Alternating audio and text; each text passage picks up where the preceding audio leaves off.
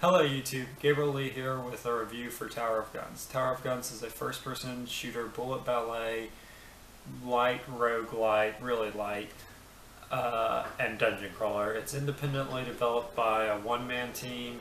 I think he gets some sound design from his brother, but there's not anyone else on the team really, and it's available for Xbox One, PS4, and I believe Steam as well.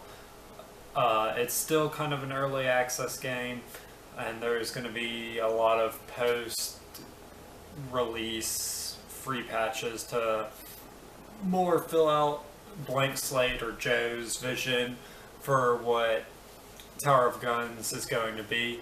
Graphically, it right now is kind of bland and lifeless. It takes the style of, say, Borderlands or Turok, the old N64 shooters in general, and brings that into modern age and sort of has its own twist on it, but really a lot of the textures are repeated and they're, like I said, bland, and enemy variety isn't really big, but the enemies don't look too graphically different from each other, so they all look kind of the same.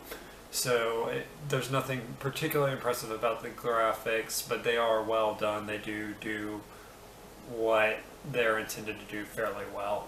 Sound-wise, same thing, but I would say the execution is a little worse than the graphics. A lot of the music is kind of bad quality. It sounds really compressed and distorted, and I don't think that was the intention. I just think that was poor integrating it into the system, because there isn't a whole lot of sound beyond the music, which is kind of annoying. Gameplay wise, it's really tight. When it first came out, it was a little slow moving. The speed seems to have been picked up with these last two patches and is more of a bullet ballet experience. You're more dodging quick moving projectiles, and you're moving a little more fleetly than you were on release day. So the gameplay probably is the best feature. It is where the most attention was given, but due to the lack of enemy variety, once again, it never really gets to have a whole lot of differentiation between the first level and the last stage of a run through. It is more or less the same tactics that you are using level 1 that you'll be using level 7 with endless mode. I was going to say 5, but that's just for normal. So it doesn't stand out. It just doesn't stand out a whole lot because there's not enough length to it and there's not enough depth to it.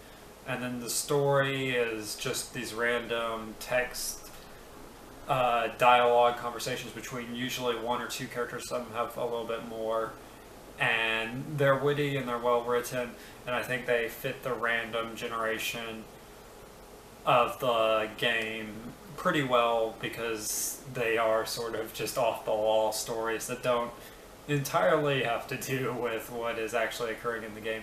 So overall, Tower of Guns is a pretty shallow experience. It's a fun experience, but it's really shallow, and it's just not potent enough that it'll stand out in your mind once you put it aside and move on to other games. So I'm feeling a 5 for Tower of Guns. It's a middle of the road game. But what did you think? Did you love it? Did you hate it? What should I review next? If you like this video, like, subscribe. Gabriel Lee signing out. Happy people, stay happy.